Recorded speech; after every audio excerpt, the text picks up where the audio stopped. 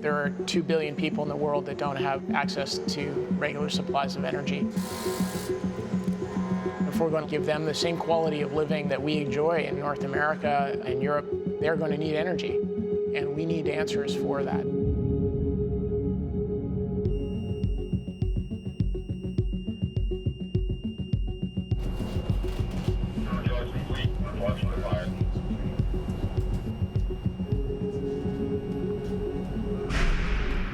If the future of fusion was here today, it would change the way our energy system works dramatically.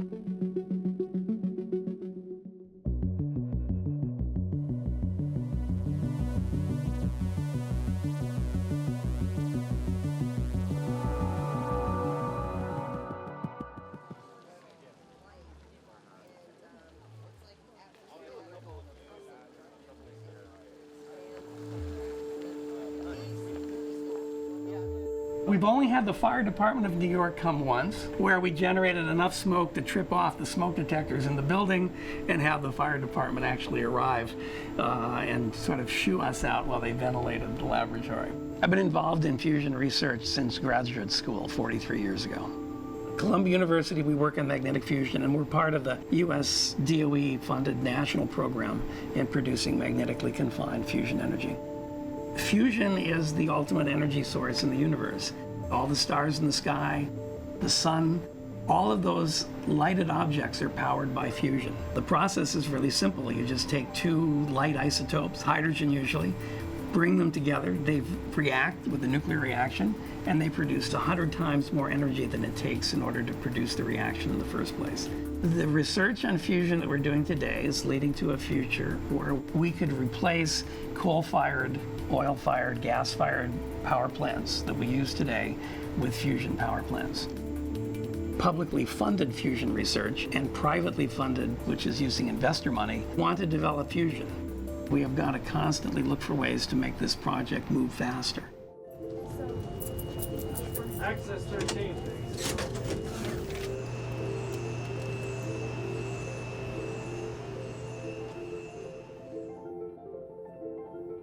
Right now we're at the Z facility. We're in the high bay that contains the Z Accelerator.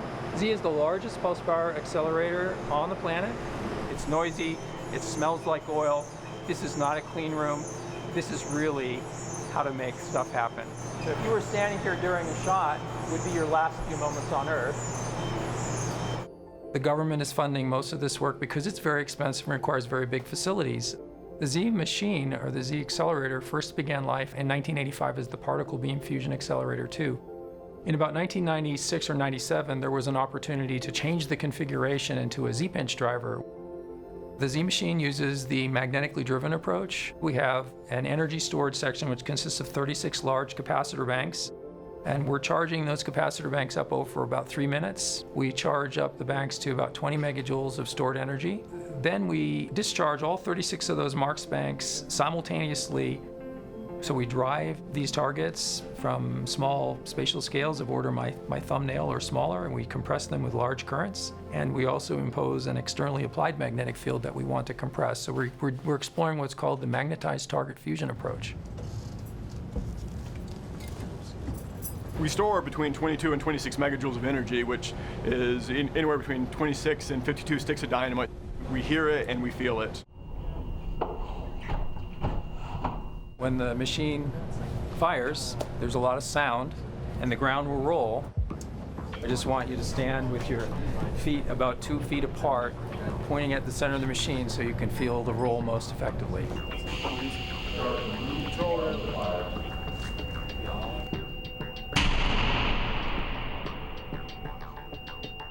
We've had coat racks fall over in the second floor of a building that's probably about 100 yards away. We've had picture frames fall.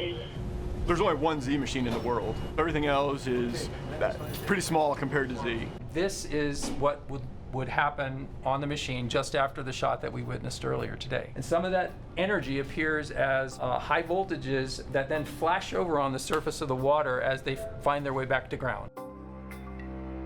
Fusion in the 50s and 60s and 70s was oversold in that it is much harder than people imagined it to be first.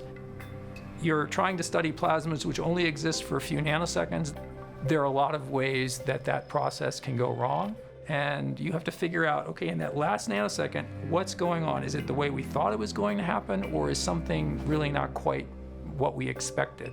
So it's discovery science at the limit of what's possible to do in the laboratory. Our goal, and for much of the world that is studying fusion, is still physics feasibility. And we may be 30 years or 40 years away from a practical fusion energy technology. So you obviously have to really believe in something to dedicate your whole life to it. The scientific standards that are necessary to get public funding are quite high. The projects that you try to do tend to be the lower risk, longer time scale. Usually the private sector tries faster ways to do fusion. Those companies try to find an approach to fusion that they think is quicker, smaller, will cost less. Fusion energy has the potential to provide this to the world. But there's no free lunch in research. It means it's riskier.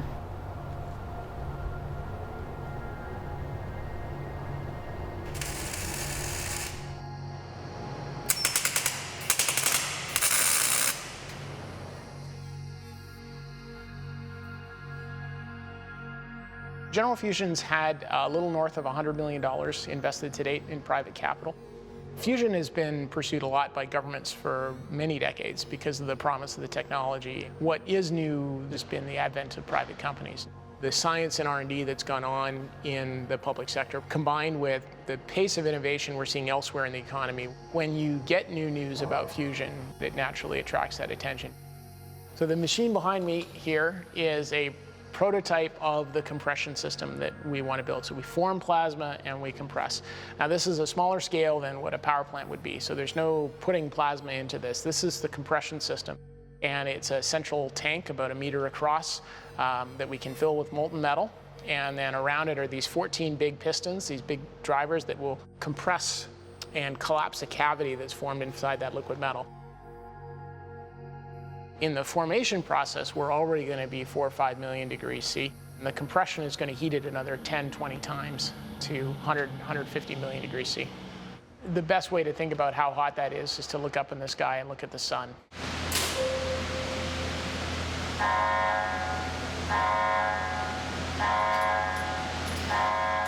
This is really the heart of the Spectre machine. The plasma is formed from down below, and it bubbles up into this sphere here. And then all around what you see are diagnostics for measuring what's going on.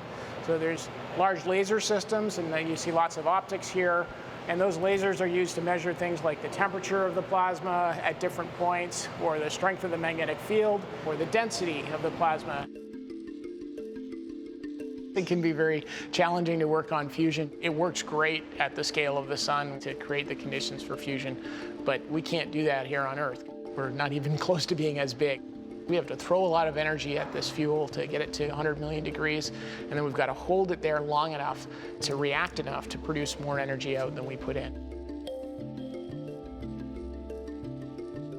We've had decade after decade of smaller companies try to find a faster, cheaper way to fusion. None have been successful so far. You presumably have uncovered some new approach, new wrinkle that makes you think that what you're going to do will succeed, whereas other people who tried this approach have failed. The hardest thing to answer in this game is how soon. What we have a good line on is the next 4 or 5 years. We really want to take what we're doing here at General Fusion at the scale of big subsystems and prototypes like this one, and turn that into a large-scale integrated machine, produce conditions like what we need for fusion. So the idea that people have been up against certain problems forever and ever and ever, I don't think is actually true.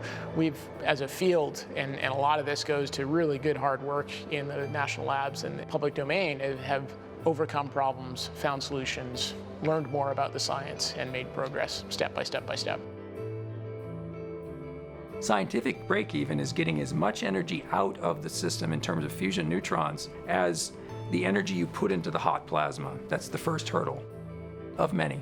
There is one facility in the country that has achieved scientific break-even. It's the National Ignition Facility, the laser facility in California.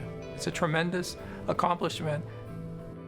And I would say on Z, we hope to be achieving scientific break-even sometime in the next 5 years. We'll need energy from somewhere. If we don't get that energy, then the quality of life will suffer. We want to have an alternative. May not be the best idea in the world to continue to burn fossil fuels at the rate we're burning. So, I mean, one has to do something. One can't just give up. We as a community have created a lot of the physics and understanding that we need in order to build a power plant. The blank spaces in the map that need to be filled in are a lot smaller than they used to be. If we look at the strides that have been made in clean energy, such as solar and wind and biofuels in the last 2 decades, it's just been stunning. The United States isn't investing enough in energy technologies writ large, not just fusion. The funding for all forms of energy should go up, especially clean forms. The research on fusion that we're doing today is leading to a future where we have fusion-powered electric generating plants to meet our need as a high-tech industrialized society.